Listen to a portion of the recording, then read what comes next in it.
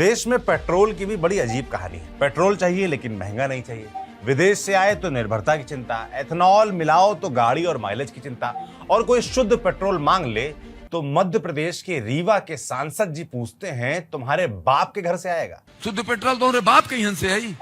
अब सवाल ये कि शुद्ध पेट्रोल किसके बाप के घर से आएगा, ये तो सांसद जी बेहतर जानते होंगे, लेकिन असली सवाल ये है कि पेट्रोल आएगा कहां से। क्योंकि सांसद जी की बात का एक हिस्सा बिल्कुल सही है। भारत तेल के लिए बड़े पैमाने पर विदेशों पर निर्भर है, तो फिर इस निर्भरता को कम करना भी जरूरी है।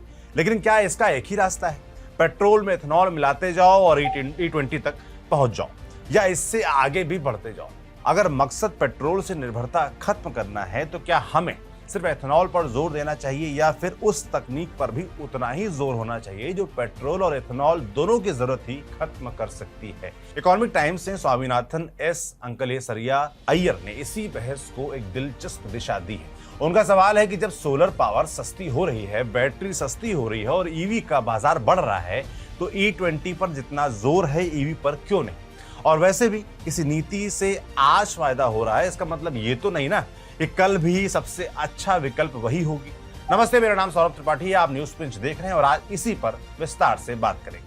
रीवा से बीजेपी सांसद जनार्दन मिश्रा ने अपने विवादित बयान में कहा कि भारत में करीब 20% तेल का उत्पादन होता है और करीब 80% तेल विदेश से लाना पड़ता है। यानी भारत की गाड़ियों का ईंधन काफी हद तक अंतर्राष्ट्रीय बाजार पर निर्भर है। अब दुनिया में जंग हो, समुद्री रास्तों पर संकट हो या तेल की सप्लाई में कोई बाधा है, उसका असर भारत पर पड़ना तय है। सांसद ने इसी तर्क के आधार पर एथेनॉल ब्लेंडिंग का बचाव किया। उनका कहना है कि जब पेट्रोल में एथेनॉल मिलाया जाएगा तो पेट्रोल की जरूरत कम होगी, तेल का आयात घटेगा और देश की विदेशी मुद्रा बचेगी। सांसद ने ब्राजील का उदाहरण भी दिया और कहा कि वहां बड़े पैमाने पर एथेनॉल का इस्तेमाल होता है और गाड़ियों को इससे कोई बड़ी समस्या नहीं होती। सरकार की एथेनॉल नीति के पीछे भी मोटे तौर पर यही तर्क है। पेट्रोल में एथेनॉल मिलाइए, तेल का आयात कम कीजिए, किसानों को फसल का बाजार दीजिए और विदेशी मुद्रा बचाइए। सुनने में ये पूरी तरीके से सीधी और समझ में आने वाली कहानी लगती है, और ये भी नहीं कहा जा सकता कि इस नीति से कोई फायदा नहीं हुआ। सरकार के मुताबिक एथेनॉल ब्लेंडिंग प्रोग्राम की वजह से 2014-15 से अब तक करीब 1.97 लाख करोड़ रुपए से ज्यादा की विदेशी मुद्रा बची है और करीब 316 लाख मीट्रिक टन कच्चे तेल की जगह एथेनॉल का इस्तेमाल हुआ है। यानी एथेनॉल ने तेल के आयात को कम करने में भूमिका निभाई है, किसानों के लिए बाजार बनाया है, विदेशी मुद्रा बचाई है और भारत की तेल पर विदेशी निर्भरता को कुछ हद तक कम भी किया है।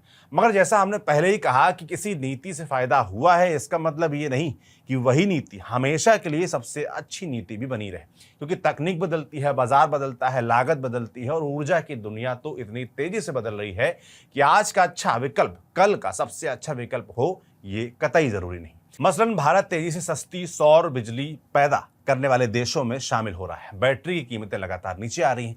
इलेक्ट्रिकल वाहन धीरे धीरे काफी ज्यादा किफायती हो रहे हैं। चार्जिंग इंफ्रास्ट्रक्चर हर साल बढ़ रहा है। तो अगर ऊर्जा और परिवहन की बड़ी बड़ी तकनीक दिशाएं बिजली की तरफ बढ़ रही हैं, तो भारत की ऊर्जा नीति का जोर भी उतनी ही तेजी से उस तरफ क्यों नहीं बढ़ना चाहिए? यही वो सवाल है जो E20 की बहस को पेट्रोल और एथेनॉल से आगे लेकर ईवी तक पहुंचाता है। E20 सिर्फ पेट्रोल में मिल जाने वाला एक तरल नहीं है। E20 का मतलब है पेट्रोल में 20% एथेनॉल की ब्लेंडिंग, और यहाँ वाहन मालिकों की चिंता को भी समझना जरूरी है। अय्यर के लेख में बताया गया है कि एथेनॉल में पेट्रोल के मुकाबले करीब 2/3 ऊर्जा होती है, यानी समान दूरी तय करने के लिए ज्यादा ईंधन की जरूरत पड़ सकती है। लेख के मुताबिक E20 से माइलेज में करीब 2 से 6% तक की कमी आ सकती है। अब सरकार के लिए यह आंकड़ा शायद महज 1% का आंकड़ा हो, मगर गाड़ी चलाने वाले व्यक्ति के लिए ये हर महीने पेट्रोल पंप पर बढ़ने वाला खर्च है। यही वजह है कि E20 को लेकर कई वाहन मालिक सवाल उठा रहे हैं। लंबे समय से बहस और विरोध हो रहा है। खासकर पुरानी गाड़ियों को लेकर चिंता ज्यादा है।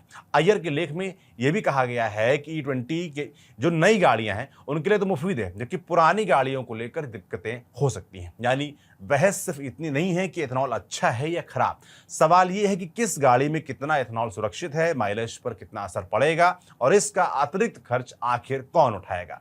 और ये चिंता सिर्फ पेट्रोल पंप पर खड़े होकर की जा रही बहस तक नहीं सीमित है। इसका असर लोग अपनी अगली गाड़ी खरीदने के फैसले में भी देख रहे हैं। हाल ही में लोकल सर्कल्स के एक सर्वे में 311 जिलों के 28,000 से ज्यादा संभावित वाहन खरीदारों से बात की गई। इनमें 43% लोगों ने कहा कि E20 और आगे E30 आने की संभावना को देखते हुए वे अगले 1 साल में गाड़ी खरीदने का फैसला टाल सकते हैं या फिर दोबारा सोच सकते हैं। और इस अनिश्चितता का फायदा किसे होता दिख रहा है? ईवी यानी इलेक्ट्रिकल व्हीकल को। मीडिया रिपोर्ट्स के मुताबिक अलग अलग डीलरशिप से आई जानकारी की माने तो कई लोकप्रिय इलेक्ट्रिक गाड़ियों की वेटिंग 1 महीने या उससे ज्यादा तक पहुंच रही है। डीलरों का कहना है कि पेट्रोल और इथेनॉल को लेकर भविष्य की अनिश्चितता से बचने के लिए इलेक्ट्रिक गाड़ियों के बारे में पूछताछ बढ़ी है। और यहीं पर अय्यर के लेख का सवाल और ज्यादा दिलचस्प हो जाता है। जब भारत सस्ती सौर ऊर्जा बिजली पैदा करने वाले देशों में तेजी से आगे बढ़ रहा है, बैटरी कीमतें नीचे आ रही हैं, इलेक्ट्रिक वाहन धीरे धीरे ज्यादा किफायती हो रहे हैं, चार्जिंग इंफ्रास्ट्रक्चर बढ़ रहा है, तो अगर परिवहन और ऊर्जा की बड़ी तकनीकी दिशा बिजली की तरफ जा रही है तो भारत की ऊर्जा नीति का जोर भी उतनी ही तेजी से उस तरफ क्यों नहीं बढ़ना चाहिए? यानी सवाल सिर्फ ये नहीं होना चाहिए कि E10 से E20 जाना है या नहीं, सवाल ये भी होना चाहिए कि आज हम जिस तकनीक में निवेश कर रहे हैं क्या वो 10 साल बाद भी सबसे बेहतर विकल्प होगी। और अब आते हैं इथेनॉल की दूसरी बड़ी समस्या पर। इथेनॉल हवा से तो पैदा नहीं होता, इसके लिए फसल चाहिए, मक्का चाहिए, गन्ना चाहिए, चावल जैसी फसलें चाहिए। और फसल के लिए क्या चाहिए? जमीन, पानी, खाद, खेती की लागत। फिर उस फसल को इथेनॉल में बदलने के लिए औद्योगिक प्रक्रिया चाहिए, फर्मेंटेशन चाहिए, डिस्टिलेशन चाहिए, उसमें भी ऊर्जा लगती है। यानी इथेनॉल की कीमत सिर्फ फैक्ट्री में बनने वाली कीमत नहीं है, उसके पीछे खेत से लेकर फैक्ट्री तक एक पूरा लंबा चौड़ा खर्च है। और अगर इथेनॉल के लिए मक्का उगाया जा रहा है तो वही मक्का भोजन के लिए भी इस्तेमाल हो सकता था। अगर गन्ने का इस्तेमाल इथेनॉल बनाने में बढ़ता है तो उसका असर चीनी के बाजार पर भी पड़ सकता है। और अगर जमीन का एक हिस्सा ईंधन पैदा करने वाली फसलों के लिए इस्तेमाल होगा तो वही जमीन भोजन पैदा करने के लिए भी कम उपलब्ध होगी। यही वजह है कि अय्यर के लेख में एक बड़ा सवाल उठाया गया है। भारत को सिर्फ ये नहीं पूछना चाहिए कि E10 से E20 जाना है या नहीं, भारत को ये पूछना चाहिए कि किसान की जमीन भोजन के लिए ज्यादा उपयोगी है या ईंधन के लिए। रीवा के सांसद जी ने ब्राजील का उदाहरण दिया। ये उदाहरण गलत नहीं है। ब्राजील लंबे समय से इथेनॉल का इस्तेमाल करता है और वहां इसका बड़ा उत्पादन होता है, लेकिन ब्राजील की कहानी भारत पर ज्यों की त्यों लागू नहीं की जा सकती, क्योंकि दोनों देशों की जमीन एक जैसी नहीं है, आबादी एक जैसी नहीं है, कृषि व्यवस्था एक जैसी नहीं है। ब्राजील के पास बड़े पैमाने पर कृषि जमीन मौजूद है, भारत में जमीन सीमित है और उस पर खाने की जरूरत भी पूरी करनी है। तो अगर उसी जमीन से खाना भी पैदा करना है और ईंधन भी, तो सवाल ये होना चाहिए कि उसका बेहतर इस्तेमाल क्या है।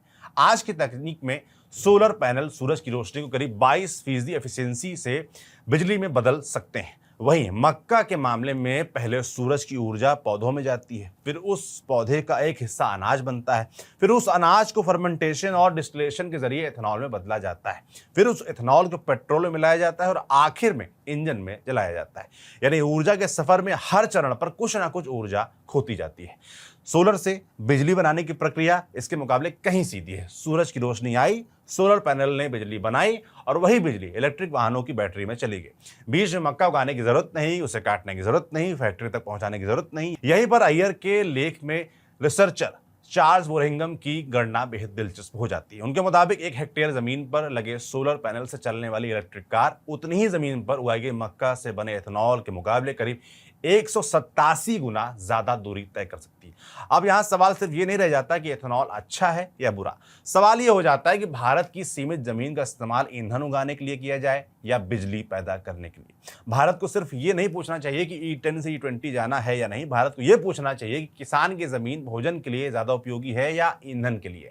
तो क्या इथेनॉल बेकार है? बिल्कुल नहीं। एथेनॉल को पूरी तरीके से खारिज करना भी सही नहीं होगा। एथेनॉल से तेल आयात घट सकता है, किसानों के लिए बाजार बन सकता है, विदेशी मुद्रा की बचत हो सकती है। और जब देश अभी भी तेल के लिए भारी आयात पर निर्भर है तब एथेनॉल एक उपयोगी विकल्प हो सकता है, लेकिन विकल्प और स्थायी समाधान में फर्क होता है। एथेनॉल देश की ऊर्जा जरूरत का स्थायी समाधान नहीं बल्कि अंतरिम नीति का हिस्सा हो सकता है। और अगर ऐसा है तो फिर सवाल उठना स्वाभाविक है कि E20 पर जितना जोर दिया जा रहा है ईवी पर उतना जोर क्यों नहीं दिया जा रहा। रीवा के सांसद का बयान इस बहस को एक विवादित मोड़ दे गया। शुद्ध पेट्रोल तुम्हारे बाप के घर से आएगा? नहीं सांसद जी, शुद्ध पेट्रोल किसी के बाप के घर से नहीं आएगा, विदेश से आएगा। उसके लिए डॉलर जाएंगे, अंतर्राष्ट्रीय बाजार की कीमत चुकानी होगी, युद्ध और समुद्री संकट का जोखिम रहेगा और अंत में इसका असर उसी आम आदमी की जेब पर आएगा जो अपनी गाड़ी में पेट्रोल भरवाता है। लेकिन दूसरी तरफ यह भी उतना ही सच है कि एथेनॉल को लेकर सवाल पूछने वाले हर व्यक्ति को देश विरोधी या विकास विरोधी बताना भी ठीक नहीं है। अगर E20 से माइलेज कम हो रहा है तो उस पर बात होनी चाहिए, बहस होनी चाहिए। अगर पुरानी गाड़ियों पर असर पड़ सकता है तो उस पर बात होनी चाहिए, बहस होनी चाहिए। अगर एथेनॉल के लिए ज्यादा फसल चाहिए तो जमीन और पानी पर बात होनी चाहिए, बहस होनी चाहिए। अगर एथेनॉल से अरबों डॉलर बचाने का दावा है तो उसकी पूरी लागत का हिसाब भी सामने आना चाहिए। और अगर भारत का भविष्य इलेक्ट्रिक वाहनों में है तो चार्जिंग नेटवर्क, बैटरी, बिजली और सौर ऊर्जा में निवेश का हिसाब भी सामने आना चाहिए, क्योंकि ऊर्जा नीति सिर्फ आज के पेट्रोल का हिसाब नहीं होती, ये अगले 10 साल और अगले 20 साल का फैसला भी होती है। इसलिए सवाल ये नहीं होना चाहिए कि एथेनॉल चाहिए या शुद्ध पेट्रोल, सवाल ये होना चाहिए कि भारत को ऊर्जा के मामले में आखिर जाना किस दिशा में है, क्योंकि आने वाले भारत की गाड़ी सिर्फ पेट्रोल से नहीं चलेगी। सवाल यह है कि वो चलेगी किससे, विदेश से आने वाले तेल से, खेत में उगाए गए ईंधन से, या उसी सूरज से जो हर दिन मुफ्त में हमारे ऊपर चमक रहा है। देखते हैं आगे नीति क्या बनती है। बाकी आपको ये पूरा वीडियो, ये जो सुझाव दिए गए उसके बारे में क्या लगता है, कमेंट बॉक्स में लिखकर जरूर बताइएगा। इसे लिखा था हमारे साथी खुशबू ने। मेरा नाम सौरभ त्रिपाठी, कैमरे के पीछे सुधांशु है। न्यूज़ पिंच अगर सब्सक्राइब नहीं किया तो प्लीज कर लीजिएगा। शुक्रिया।